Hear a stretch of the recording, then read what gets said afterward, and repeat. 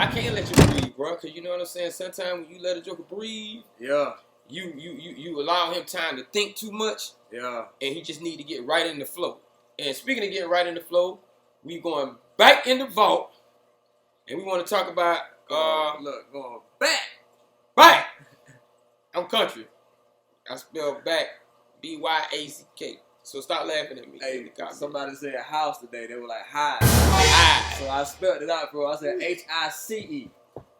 Hi. Hey, that's like H-I-C-E. Like my grandma used to say coach. Like, are you talking about coach or couch? Like, what the fuck is a coach? You know, God bless my grandma, but I'm just saying, you know, I C-O-R-R-C-A. But anyway, right. We digging in the vault again, and welcome back. And what we about to talk about right now is, it's not really a touchy subject, but it's just something that's kind of like, we need to kind of cross-generation this thing and just try to figure out what's going on. So we move into our little sports connection. And the thing is, you know, this been a spark. You know, and these new debates are coming up, and I'll tell you, you know, we've heard the LeBron or MJ or Kobe arguments, and you know, now that Lamar Jackson doing good, we starting to hear, is Lamar better than Vic? Is he better than Cunningham? And so one of the elements of that argument is era, game and change. If he played here, he wouldn't do this. If he played here, he would do this. And it's true. And the youth who didn't watch the games are only seeing highlights of these players. And then the older guys who aren't really older because they're still alive, they might be your daddy or something, you know, younger uncles who see both sides of it, are looking at the game like the new game with disrespect. Because they don't respect how the new league is, even though it's more exciting and doing things for offense. So the topic here is, having said all that, is it a good idea to even argue sports outside of generations? Should you really just kind of say, we're going to argue the 80s, let's argue the 80s. We're going to argue the 90s, early 2000s, we're going to just leave it there. In the new era, once they change rules, leave it there. Stop comparing. Stop making it happy. Making yourself say one guy's better than another guy when he barely played with him or something like that. So is that a good thing to do to cross-generation sports arguments because of the rules making one era tougher or easier than the other? You think? I feel like you should just leave it in the era, man, and don't cross it, man, because at the end of the day, it's some positives in the new era that we living in now. Then there's some positives in the old era that people played in the back in the day. So I just feel like I'm gonna speak on the new era first. I kind of just want to keep it at basketball because that's my love, that's my heart. You know what I'm saying? So just with basketball, it's an easier one and more. Yeah, but go ahead. You know, I want to just say that today's time, you got faster, stronger, quicker players. We not talking about. We talking about athletes that are I would say created. Like they're not built the same. They're not raised up the same as back in the day. I feel like back in the day, athletes are naturally who they gonna be natural. Nowadays, you got parents during starting the training at what? High school? Middle school sometimes. They starting to train their kids to be what they would want them to be at an adult age, which is different from in the past. So, of course, you're gonna have bigger, faster, stronger because you flipping the whole script. You know what I'm saying? As in back in the day, some parents weren't even caring about, you know what I'm saying, just starting at that early of an age and training their child to be up like that. If their child ended up being that way, or they ventured off into that area and they would happen to be good, then they ran with it. But I just want to start with just that in particular right now, as far as new versus old generation talk, especially in basketball. Like I say, it's just totally different. Right. And that's a valid point on the parents. Because I want to cross something what you just said, because I like that point. Mm-hmm. Most of the time, the parents who are putting their kids in these camps and developing them early are parents who said to themselves, once they started making that money and they didn't fulfill the dreams of sports, they said to themselves, damn, if my dad could have afforded money and time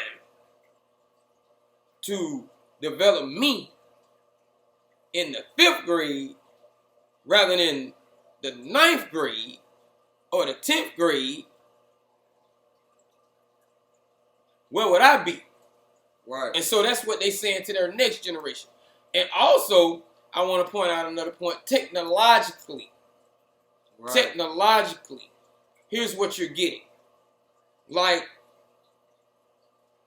for every Kevin Johnson, I'm not gonna go with the guys, but the truth of the matter is, for every Kevin Johnson, Mark Jackson, Mark Price, Reggie Miller, in that era, Jordan, I'll say Jordan, but all those guys you remember from that era, Shaq, maybe Shaq might be a little too early, but let's look at technology in that sense. And what I'm saying is, John Stockton, Pistol Pete. When you took it back with that one, I don't even know nothing about Pistol Pete. Right. And here go what I'm saying. TV and live games is all you had to see Pistol Pete and emulate his move. Right. Now, you can see a Pistol Pete move and not even have slow motion. You don't remember, you don't even have ESPN highlights. Right. You don't have video recording. You don't have a VCR to record the game and study that move 1,000 times. You saw it once, and this is to say, this is the talent of that generation. They saw it probably once and went outside and tried to do it, which means they probably only really getting 1 move, 2 moves, 3 moves every time they see that person play, and they playing like Saturday and Sunday. Can I stop you? Go ahead. I.e., like a couple years younger than my man. So when I used to be in the backyard, used to be this thing called where if you just dunked the ball with 2 hands straight up, we used to call it the Michael Jordan dunk. See what I'm saying? And for me, that was the Darryl Dawkins dunk. But go ahead. Different things. So I didn't actually see Michael Jordan play like how I see LeBron is playing.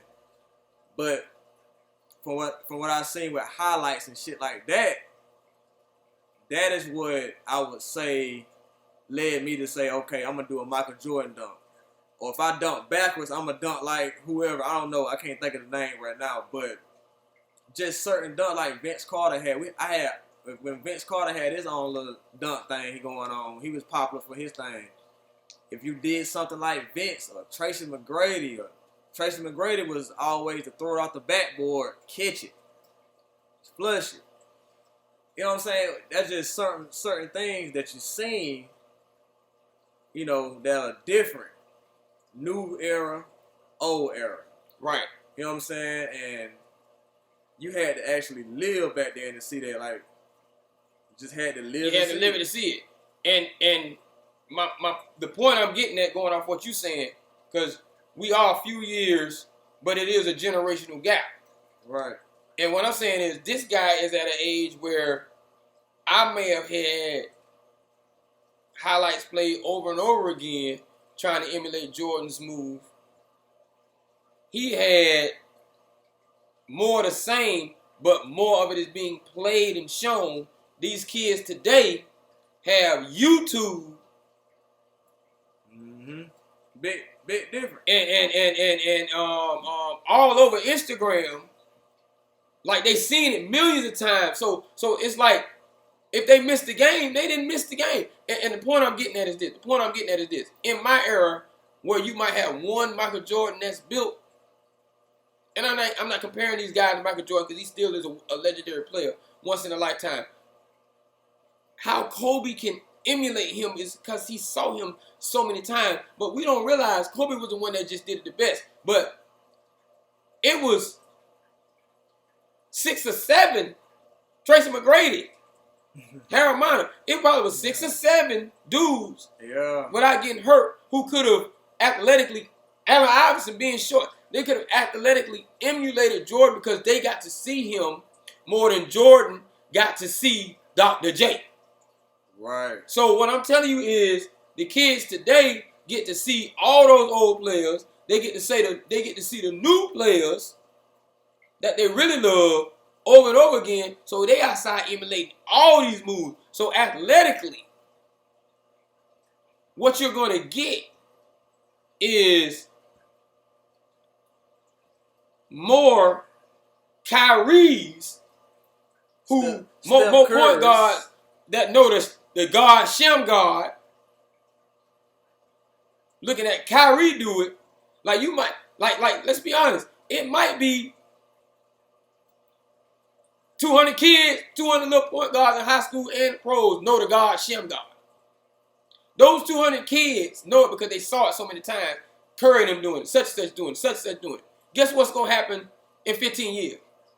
That little dribble that they saw Curry doing and how he mastered the guard, Shem guard, and somebody else did it, his going to be better because he got the chance to see it so many times and emulate it. And they get to emulate all these moves at different speeds. So what I'm saying is, in era-wise,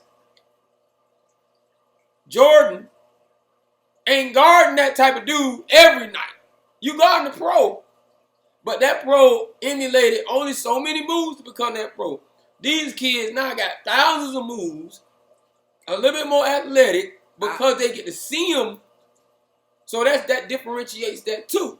Right. You know what I'm saying? Now, I would say example. This is a perfect example. Allen Iverson crossed the shit out of Jordan and made the shot. But I don't feel like Jordan was ready for no shit like that. Jordan wasn't ready for nobody to pull him the way he pulled him. Like, he really yanked Jordan, he went that way. So, Jordan probably was used to, like, some other shit. I.e. Now, that move Jordan put on him while I was, woo, that what he did at MJ. You can see that every night. Every night. Every little guard can do that. That's just. Now it's step backs and. Now athletically, you might be more prepared for it and getting caught, but it's more dudes pulling that Iverson. I'm not saying dudes ain't have a crossover. Isaiah had a crossover. But what I'm saying is, you ain't seeing an Isaiah every night with that crossover. Every night. Right. Because they got more repetition, you get to see stuff like that. Like it takes LeBron being 6'8", 260 pounds for Zion to say, oh, I think I like basketball more than football because I'm big. You see what I'm saying? I get to see a joker my size balling. I might not like football as much. Can I stop you again? And I'm going to take this into, like, the business world, too. Go ahead.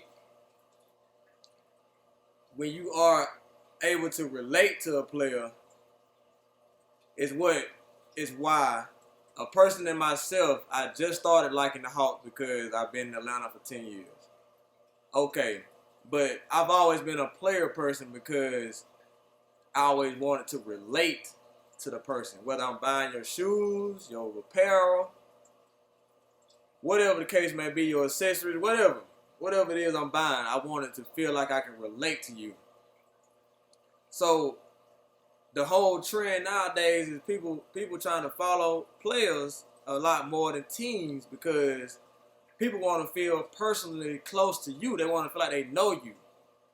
So, you know what I'm saying? It's just an evolving of the game, really.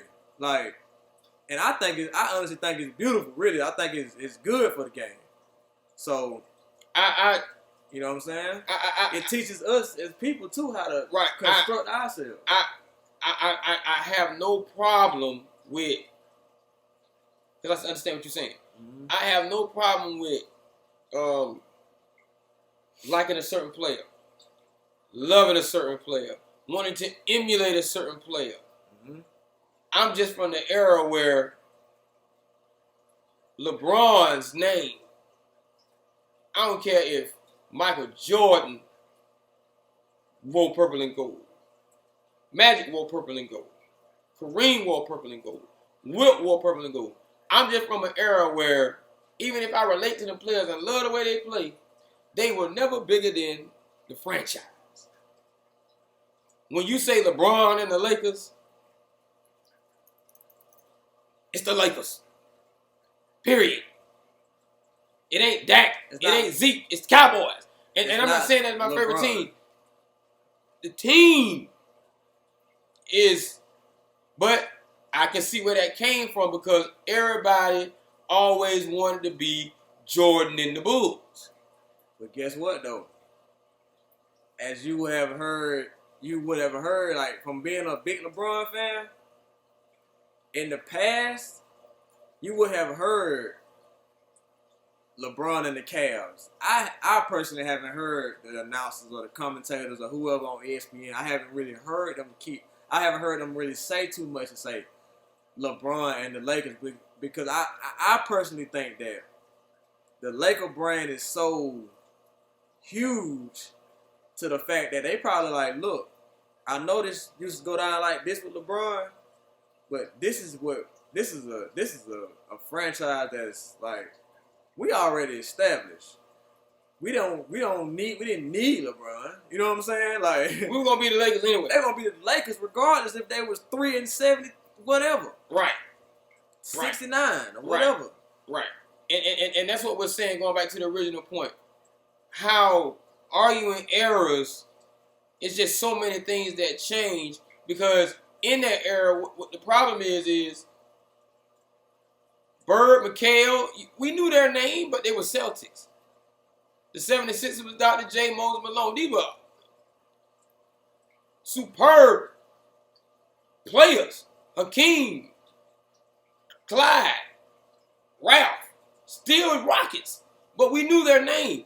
We didn't put the name in front of the team. But it's just in different eras, when you start doing something in one set of trend, it begins to just become that era's thing to do. Mm-hmm. Which is why I say, going back to the original point, comparing eras, just stop.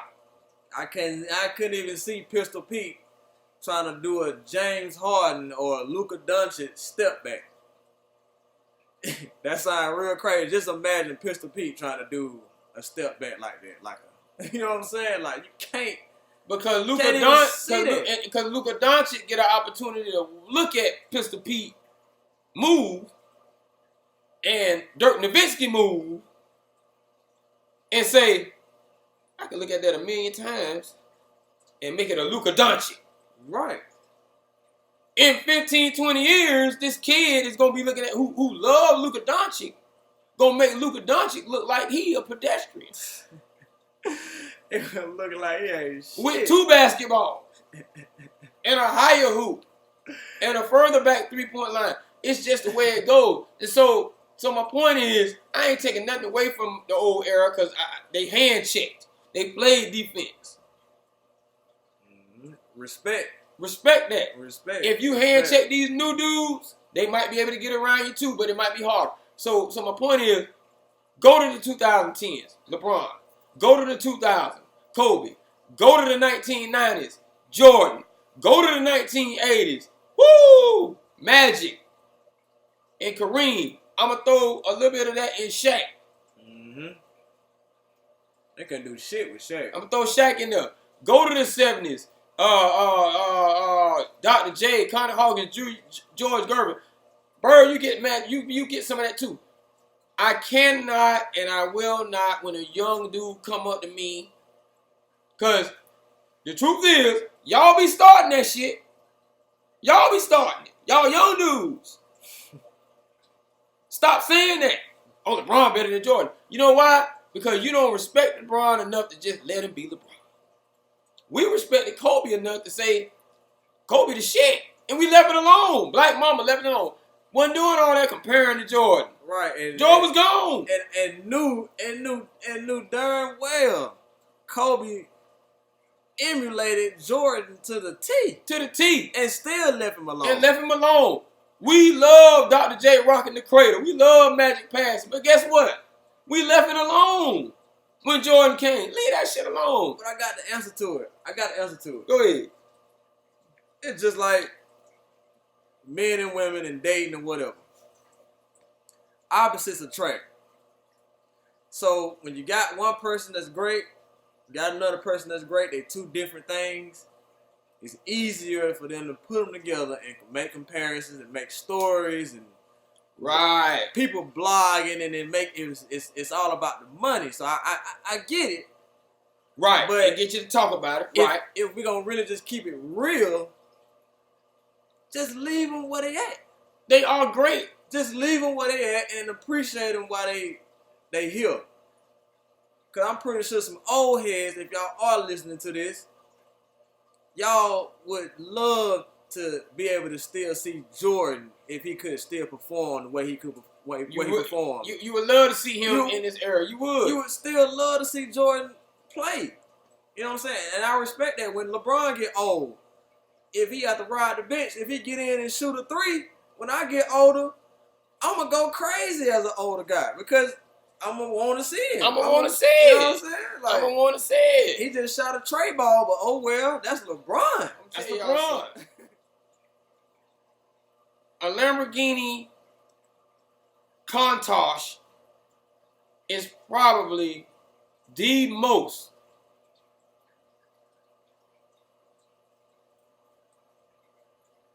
prolific Lamborghini design besides the dudes in the 60s who thought the Diablo was the shit.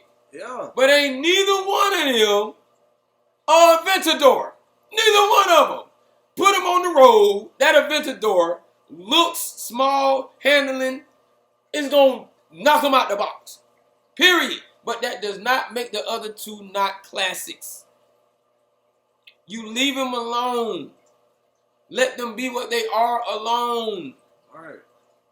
Just like you yourself as a person. You probably, if you got any pride about yourself, you don't want to get compared.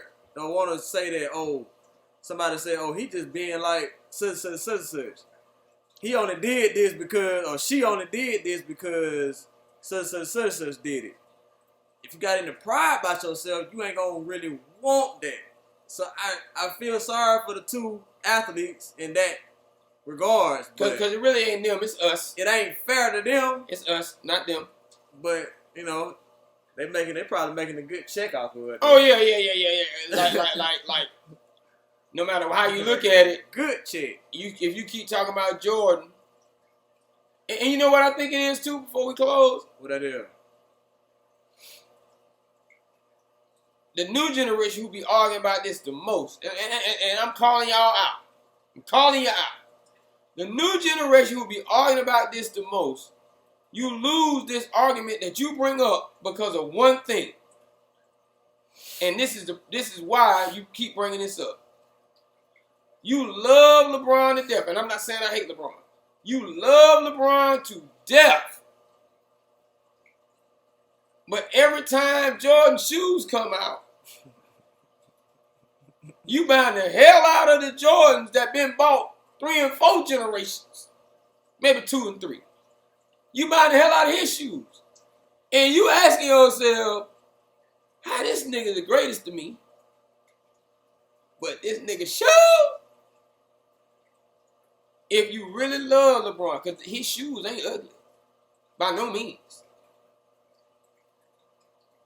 Go make them LeBrons hot because you are trying to say to yourself, I think what you're doing is you asking yourself when you come argue at these old heads who done had all them J's twice, maybe 3 times because they still buying them. What made this dude so good? I don't see it. With the nigga shoes on your feet. And you know why? And here's my parallel to that. LeBron has to walk in Jordan shoes because y'all do. It's always somebody that leave him alone. Came before you. You got to leave him alone. Your kids should be trying to buy LeBrons the way y'all be buying Jordans. Let them Jordans go. When it comes to the shoes, he a billionaire now. When it comes to the shoes, for me as a person, man, like I'm gonna say it like this. I don't have a lot of J's. I got more LeBrons than J's. A real fan, but a real era of the. Go ahead. But what I would say is, I am still that same guy.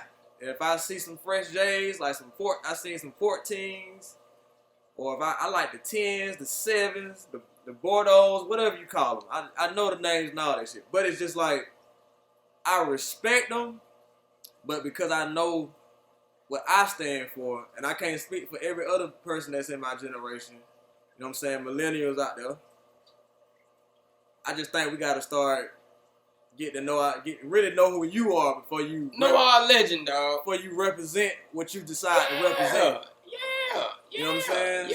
Yeah. Like, can you name LeBron been in the league? What, 20 years? It's 14 years, 17. What is it? 17. Can you name 17 pair of LeBrons the way you name 6 or 7 pair of Jordans? That's the point. You need to be able to name 17 eras of LeBrons. We knew them purple and yellow and green and white and red and white all-star Chucks, leather Chucks, Dr. J, Magic, and Kareem wore. Right. And Bird wore. Right. We knew them. We know the J's. LeBron, my guy, I like him. Right. But that ain't my era to love his shoes. So all I'm saying is, my analogy is, don't compare the eras. It's stupid. Let them gods and them eras be them gods. And take LeBron out of Jordan's shoes. Cause you in them. Right. That's a hell of a I put that one in there, didn't I? That's a hell of a one right there. That one was too small. You don't put some sauce on this one. Woo! My boy said I put sauce on it. Hey, sauce on this one. But before I put myself up, man, I just want to once again say, hey, make sure you come to the vault every day. We out here putting it in. Put down in the comments. You see the website. You see the YouTube. You know how to subscribe to us. Comment. Tell us what you want us to talk about. We do some cutting edge stuff. We're going to say the things and talk about the things that a lot of people think they want to say. But, you know, they may be at a point of being too politically correct. So, you know, catch us before we get there. Because we going to be there. So, like I said, we done dug in the vault again. Give us some more shit in the vault to unlock. And we going to hit you. You know, you got anything to say before we be out? Hey, I just want to say that appreciate y'all for tuning in. We got more in store. Better in store. And like you said, man, we gonna dig in that vault, and we gonna give it to y'all, man. So just keep checking us out. Keep checking us out. Oh, and one more thing, straight up, we got a special guest coming to the vault real soon, lady. I ain't gonna say if it's a boy, a man, or a female. I'm just gonna let you know it's somebody you want to see. Y'all got a voice in these streets. You ain't just about to be here listening to me and this man all the time. It might be a special 2 or 3. Yeah. But they on the way. On the way. They've been knocking on the door, calling. Why y'all always just, you won't never, I bet you can't handle. We're going to pull them on there. They coming. They're going to pull them on there. Put them on there. All right.